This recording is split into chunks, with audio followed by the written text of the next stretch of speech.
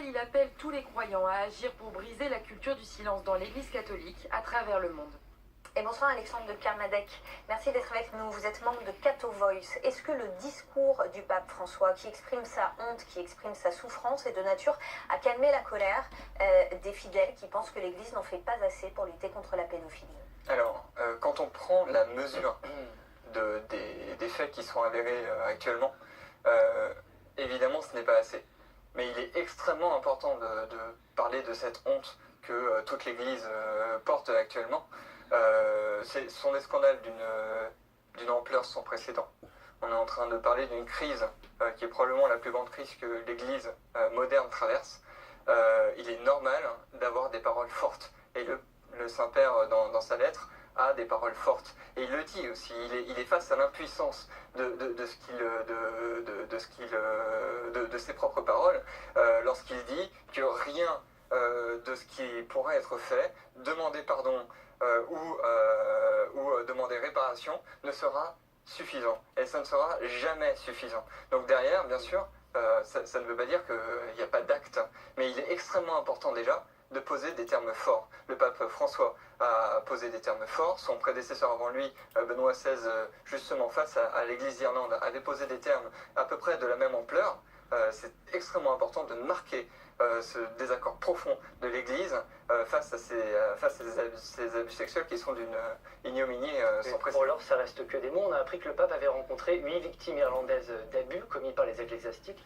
Ça, c'est aussi historique, cette rencontre avec les victimes. Alors, c'est pas sans précédent. C'est-à-dire que Benoît XVI avait aussi coutume, Benoît XVI, bon, ça a été le combat aussi dans son pontificat de lutter contre la pédophilie.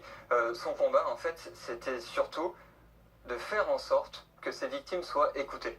C'est le second drame de ces histoires. Bien sûr, l'abus a été terrible et scandaleux. Le second scandale terrible, ça a été que l'Église couvre par sa culture du silence, par le fait que certains évêques, peut-être, ont cru faire du bien à la réputation de l'Église en couvrant certains abus, oubliant par là que les victimes elles-mêmes, souvent, étaient membres de l'Église. Donc, c'était des scouts, c'était des jeunes qui étaient dans des camps catholiques. Il y a quelque chose de l'ordre de la part du pape François d'aller vers plus d'écoute. Comment accueille-t-on au mieux ces personnes dont on a détruit la vie? Je voudrais donner un chiffre. En Irlande, depuis 2002, plus de 14 500 personnes se sont déclarées victimes d'abus sexuels. Ça montre l'ampleur de la chose. Est-ce que seul le pape François peut faire quelque chose, ou est-ce que les paroisses localement ont un rôle à jouer? Comment on peut aller plus loin?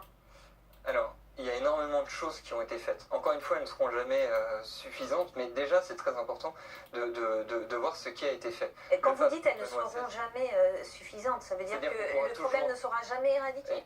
Déjà, la première chose qu'il faut absolument faire aujourd'hui, c'est que toutes ces affaires qui sont si anciennes, si vieilles, sortent. Il faut créer cet environnement pour les victimes pour qu'elles puissent sortir toutes ces affaires. On parle de pédophilie, c'est un des crimes les plus difficiles de ce point de vue-là, puisque souvent les faits avérés sont extrêmement vieux. Il faut qu'on répète très régulièrement qu'il n'y a pas de prescription à ce genre de choses et que les victimes continuent à se faire les serviteurs de la vérité et à sortir ces affaires.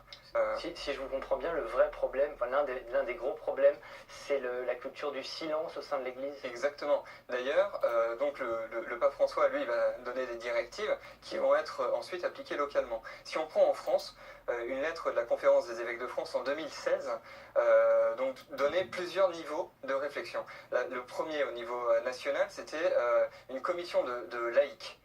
C'était important, des personnes qui ont soit sont des anciens magistrats, des psychologues, qui au service de l'Église vont être donc en communication avec des évêques lorsqu'ils ont des sujets particulièrement épineux. Ça, c'est un premier point, c'est un premier pas qui aide dans le discernement. On ne cache pas des choses graves, aussi simplement que c'est un discernement qu'il faut poser, il faut être encadré et emmené pour ça. La seconde chose, c'est vis-à-vis des victimes elles-mêmes. En 2016, la Conférence des évêques de France a demandé qu'il y ait une cellule d'écoute qui soit dans chaque diocèse, pour que chaque diocèse puisse du coup avoir des remontées assez rapides qui ait lieu sur leur territoire. Enfin, il y a une question plus structurelle sur la formation des séminaristes, sur la prévention des abus au sein même du peuple de Dieu et de toutes les paroisses. Et ça, c'est un travail qui ne sera jamais fini. Merci beaucoup Alexandre de Kermadec, membre de Cato Voice.